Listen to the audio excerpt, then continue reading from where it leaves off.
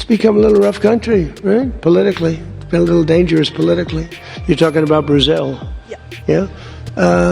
It's been nasty. I hear they arrested somebody that's running for office today. Para mim, ele pode continuar gostando do Bolsonaro, do pai, do filho, do neto, não tem nenhum problema. É um problema dele. Afinal de contas, gosto não se discute. Agora, não se meta nas eleições do Brasil. The greatest longevity in the history of an office. O único eleito três vezes The only president that was elected 3 times. e possivelmente o único eleito. Fala pessoal, sejam muito bem-vindos, o meu nome é Bruno, começando mais um giro de notícias, mas antes eu peço que você se inscreva no canal, deixe o seu like, compartilhe o vídeo e ajude esse conteúdo a chegar a mais pessoas. Bora para o vídeo!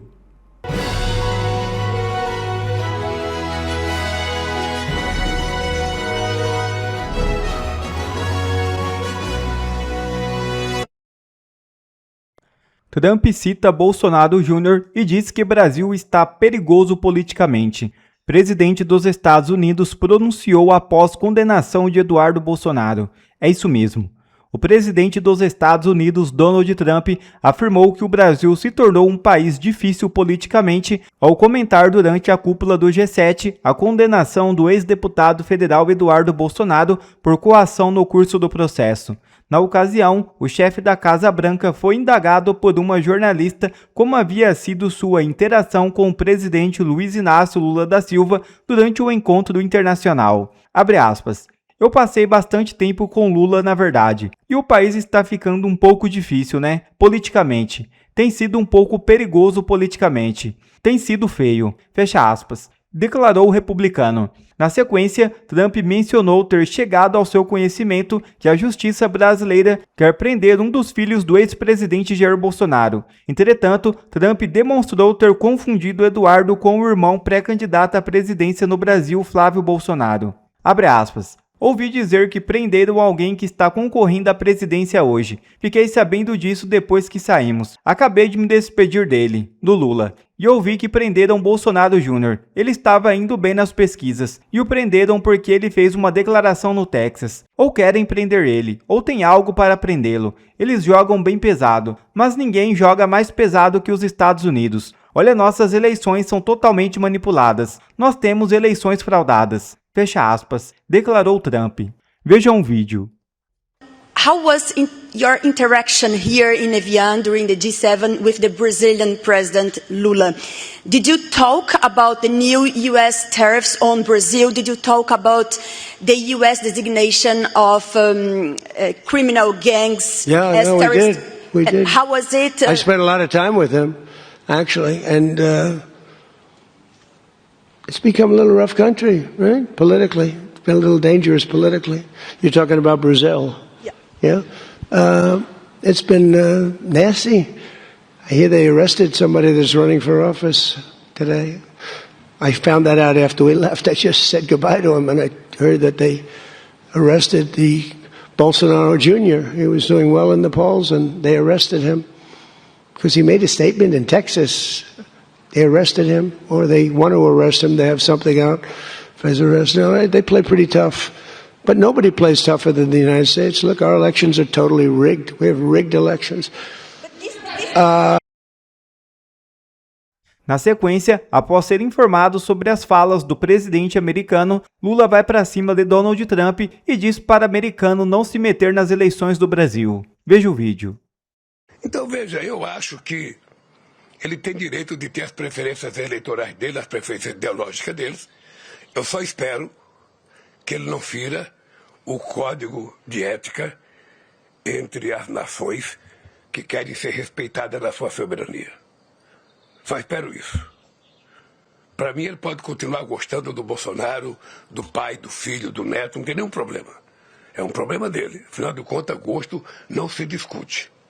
Agora, não se meta nas eleições do Brasil, porque as eleições do Brasil é um problema do Brasil. Como as eleições americanas, é um problema deles, não é um problema meu. E sem saber o que estava sendo gravado, Lula diz o que pensa sobre a eleição. É isso mesmo. O jornalista Sam Puncher expôs os vazamentos do microfone do petista Lula em pleno G7. Veja o vídeo. Não sei porque caô, né? I don't know whether you win. Não adota It's not a o sistema eletrônico electronic voting como system orientação aos países. as a guidance to the other countries. Eu fui o segundo em I came in 89. second in 89. Eu fui o segundo I came in second em 94. in 94. Eu fui o segundo I came in em second 91. in 98. Aí eu fui o primeiro em And then I came 2002. first in O primeiro em 2002. 2006. 2006 again, the Primeiro, first. o PT foi feito em 2010.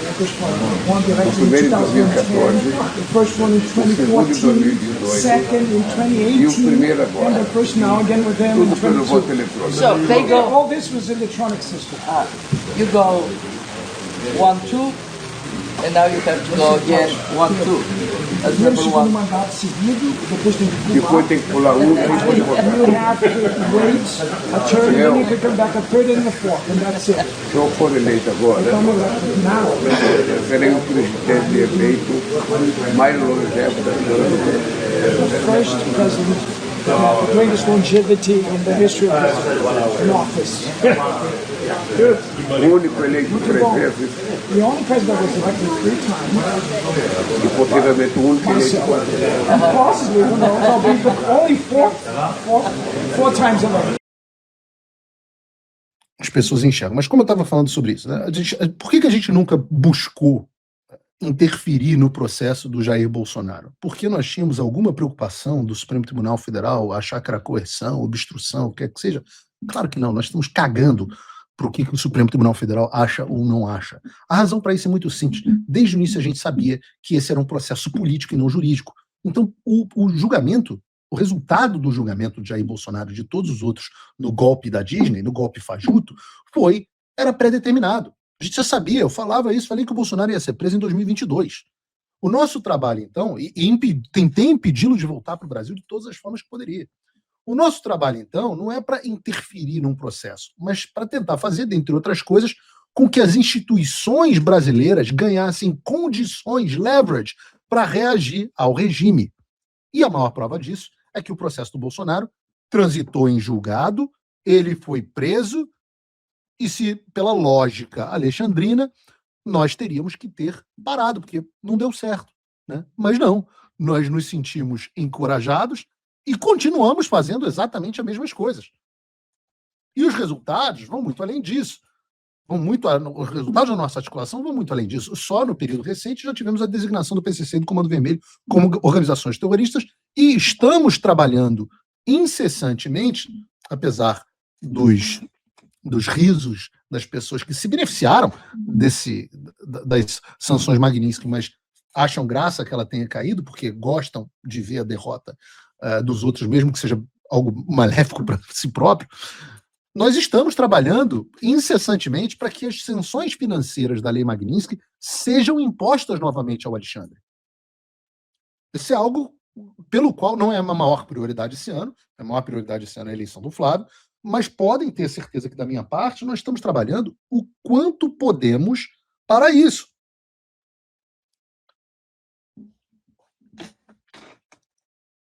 Ao absurdo do mérito do julgamento, né, também se soma que o problema não é apenas material, né? No direito penal e no processual penal, o devido processo legal importa tanto quanto a matéria. Não adianta ter materialidade sem processo e nem processo sem materialidade. Para você ser condenado criminalmente no Ocidente, né, agradecemos aí a pessoas como William Blackstone, toda a tradição, inclusive católica e por aí vai, a ideia é que para você ser condenado criminalmente no Ocidente, não no Brasil, mas no mundo civilizado, você precisa do devido processo legal. E muita gente fica chocada quando eu defendo isso, como se eu fosse um alienígena no Brasil, né? Eu defendo o devido processo legal para o Lula, defendi e defendo para o Vorcaro, defendo para o Eduardo, defendo para minha filha, defendo para minha mãe, defendo para todos os outros. Porque se não vale para alguém, em alguma hora não vai valer para você também. E, em geral, não vai valer para você também primeiro. Porque se você é uma pessoa que se posiciona contra o sistema, é claro que as regras não são para proteger o sistema, é para nos proteger do sistema. E processualmente, há certas questões que tornam este processo do Eduardo absolutamente nulo. A primeira delas, evidente, é a questão do juiz natural. Né? O que é juiz natural? É o princípio que estabelece que somente uma autoridade competente e imparcial, definida de acordo com critérios legais, pode ser o juiz do seu caso. Desde 2018, o Supremo Tribunal Federal mudou o entendimento dele sobre foro privilegiado, que é o que dá a eles a possibilidade de julgar um indivíduo pelo menos 2 vezes. De maio de 2018 a março de 2025, o entendimento era de que o foro só se aplicava a crimes cometidos durante o exercício do cargo e em razão dele, de forma que os crimes anteriores ou posteriores ao mandato ou sem relação com a função tinham que voltar para a primeira instância. Em março de 2025, o Supremo, por 7-4, mudou esse entendimento e decidiu que a prerrogativa de foro subsistia mesmo depois do afastamento do cargo, desde que o crime tenha sido cometido no exercício da função em razão dela. Então, agora, mesmo que você não ocupasse mais o cargo, você podia ser julgado pelo Supremo. E a razão para a mudança desse entendimento é muito clara. Eles queriam que o Bolsonaro fosse julgado na primeira instância, porque o objetivo. Não queriam que o Bolsonaro fosse julgado na primeira instância, porque o objetivo deles era garantir que eles teriam controle sobre a condenação, e para isso eles mudaram o entendimento. E o mesmo valeu para o Eduardo, que é um ex-deputado federal, portanto, constitucionalmente sem foro privilegiado, e não deveria estar sendo julgado pelo Supremo Tribunal Federal. Mas os caras alteraram a regra do jogo, com a bola rolando, cagaram para a lei, para a Constituição, e, obviamente, vai ficar por isso mesmo, a gente sabe disso. E isso seria o suficiente para que o processo fosse nulo. Mas a gente também pode falar do princípio da imparcialidade do julgador, outro princípio basilar do Ocidente. Né?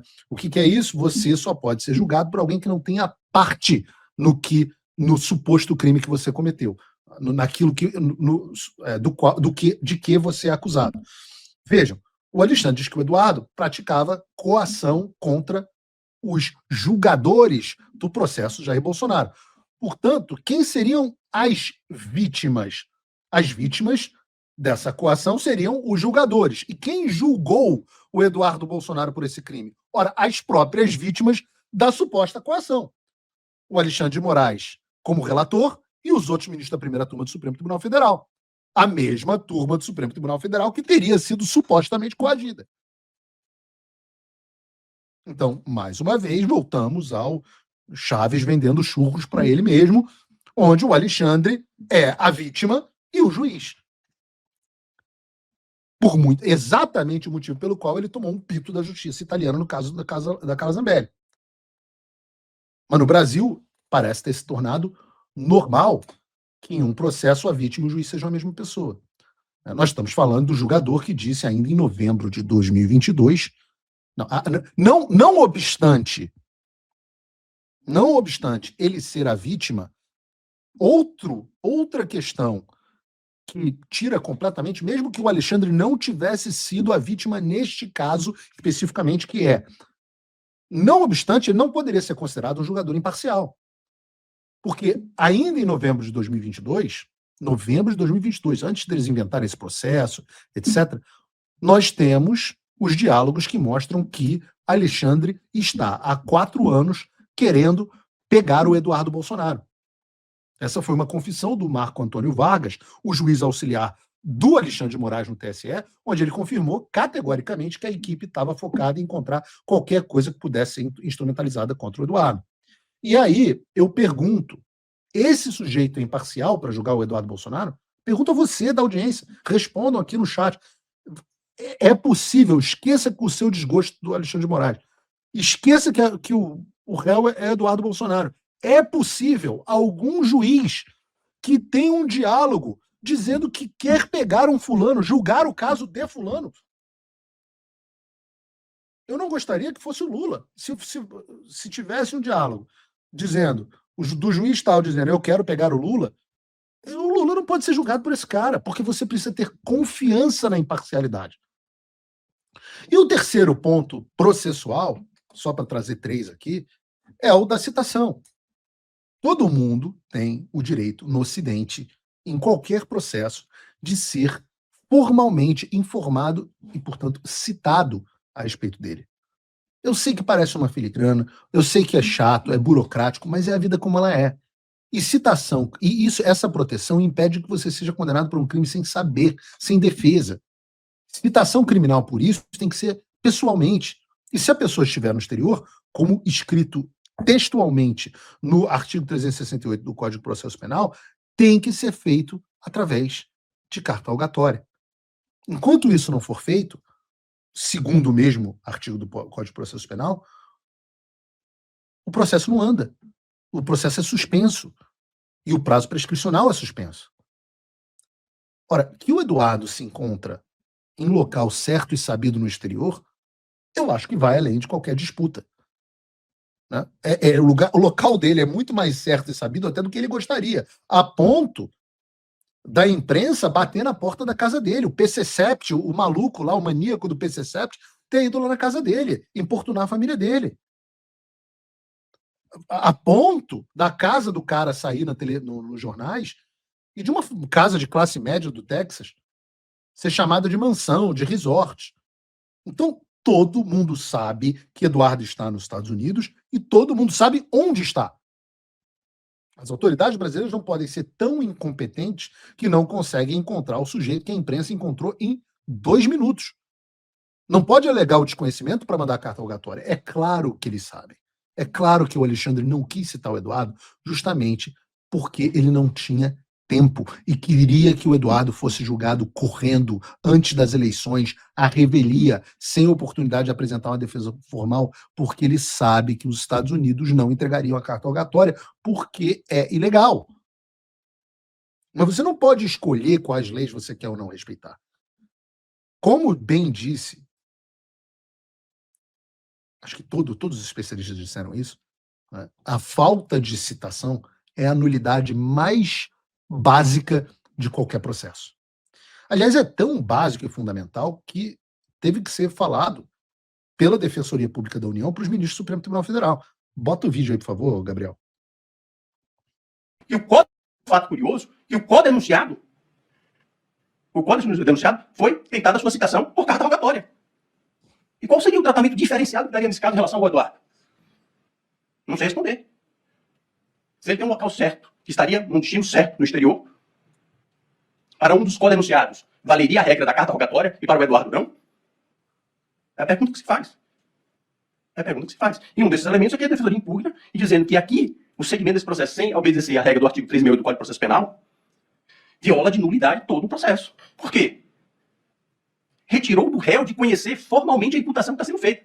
Ainda que se diga, mas pelas mídias sociais, pelas redes sociais, ele já conhece os fundamentos, ele conhece a denúncia. Não importa o seu conhecimento por outros meios. A lei não abre exceção para ninguém. Ele tem que ser formalmente comunicado da imputação que está se fazendo em juízo. Isso aí abriria a oportunidade de ele constituir um advogado da sua confiança. Abriria a oportunidade para que ele pudesse exercer a autodefesa no interrogatório. Abriria a oportunidade para que ele pudesse auxiliar a defesa até que na produção probatória. E nada disso foi possível. E nada disso foi possível porque houve o descumprimento do disposto no artigo 368 do Código de Processo Penal. E entende a defensoria nesses termos que há nulidade processual. O que está dizendo é que o processo é uma mentirinha, né? Que a defesa, não existe defesa. Na prática, que Eduardo Bolsonaro foi condenado sem defesa. Mas mais do que isso, pode tirar o vídeo, Gabriel. O que o DPU está dizendo, Defensor Público da União, é que o próprio STF reconheceu a obrigação de citação por carta rogatória do indivíduo.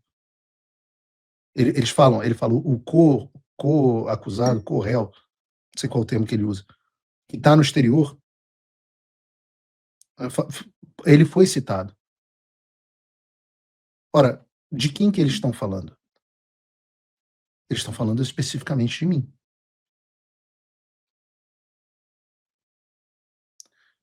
Porque, no meu caso, o Supremo Tribunal Federal fez questão de tentar me mandar uma carta rogatória, e eu já vou chegar nisso. Mas não é opcional você mandar carta rogatória. Fazer citação do indivíduo que existe no exterior através da carta rogatória não é opcional. É uma obrigação. Descumprir torna o processo inteiro nulo. Mas não só torna o processo nulo, como se o sujeito está nos Estados Unidos, ele está tendo os seus direitos dos Estados Unidos violados. Afinal, existe um tratado firmado entre ambos os países para proteger os indivíduos dentro da jurisdição de cada um do país. Então não é nem uma questão só da legislação brasileira, mas da legislação americana. Então o que o Supremo Tribunal Federal está fazendo, eu estou tentando explicar isso para vocês, é descumprindo a lei dos Estados Unidos. E você já vai entender, eu vou chegar lá, vou terminar lá no Donald Trump. Porque quem costuma desrespeitar a lei nos Estados Unidos não costuma ser recompensado. E o Departamento de Justiça americana já avisou ao Brasil a respeito desse assunto. Tanto é verdade que, em 7 de maio de 2025, este Departamento de Justiça dos Estados Unidos enviou uma carta ao Alexandre de Moraes, cortando as asinhas dele sobre essa história de fazer o que quiser e esperar que todo mundo aceite de cabeça baixa. Aqui não, Xandão. Só um trecho da carta. Diz assim: prezado ministro Alexandre de Moraes, para executar uma sentença civil estrangeira ou outra ordem judicial estrangeira em matéria civil nos Estados Unidos, a pessoa que busca a execução geralmente precisa iniciar um processo judicial nos Estados Unidos para reconhecer e executar a ordem estrangeira perante o tribunal norte-americano. A lei norte-americana prevê diversas bases para o não reconhecimento, que podem incluir a insuficiência do devido processo legal ou a incompatibilidade com a lei norte-americana que protege a liberdade de expressão. As ordens judiciais brasileiras não são execuíveis nos Estados Unidos sem procedimentos bem-sucedidos de reconhecimento e execução nos Estados Unidos. Assinou a Ada Bosch, a diretora interina do Departamento de Justiça dos Estados Unidos. E o STF reconhece isso, como eu disse, não à toa fizeram exatamente, como disse o defensor público, exatamente dessa forma com outro acusado no mesmo processo que também reside no exterior. Como eu disse, estou falando de mim mesmo, né?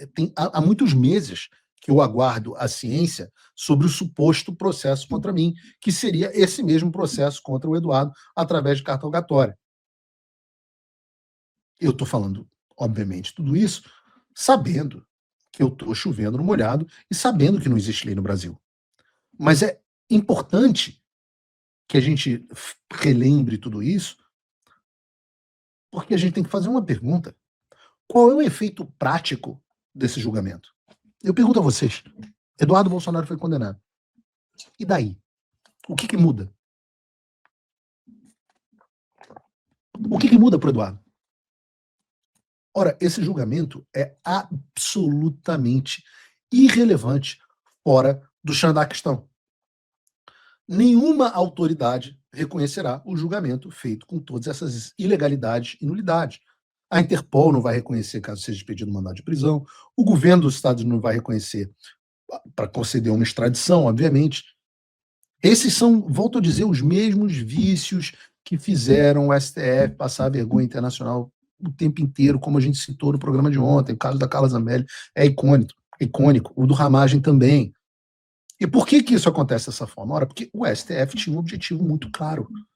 A única coisa que muda neste julgamento, o único objetivo do Supremo Tribunal Federal, que sabe que os seus julgamentos cada vez têm menos valor internacionalmente, o objetivo era tornar o Eduardo Bolsonaro inelegível.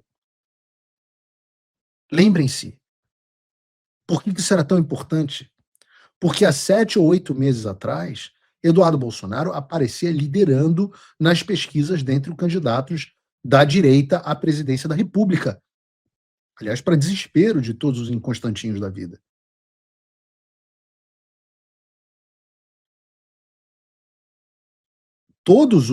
Porque Eduardo Bolsonaro é, hoje, talvez, juntamente com Flávio e com a base, até com uma intensidade de apoio mais forte do que a do próprio Flávio Bolsonaro, Eduardo Bolsonaro é o nome mais forte da direita brasileira. Todas as pesquisas internas da própria campanha do Flávio, os levantamentos da mídia social, mostram que o nome mais engajado da direita bolsonarista, depois do próprio Jair, é Eduardo. E há uma razão para isso. Há uma razão para ter surgido um movimento que agora tem até cara, né, o símbolo, o movimento, a imprensa começou a chamar e as pessoas começaram a publicar ontem na internet a ideia de que existe uma direita que não é bolsonarista, ela é eduardista. Várias pessoas dizendo, eu não sou bolsonarista, sou eduardista. E por que as pessoas têm se identificado com esse eduardismo? Na minha visão, muito em razão do que a gente conversou no programa de ontem. O Eduardo é um homem que se mantém firme em meio à adversidade, uma pessoa que não cede por conta de pressão. O caminho do Eduardo é heróico no mesmo sentido, no sentido da jornada do herói. Pensa, ele é uma pessoa que se sacrificou pelo Brasil. Obrigado a você que assistiu esse vídeo até aqui, deixe o seu comentário e não se esqueça de se inscrever no canal e deixar o seu like. Até a próxima!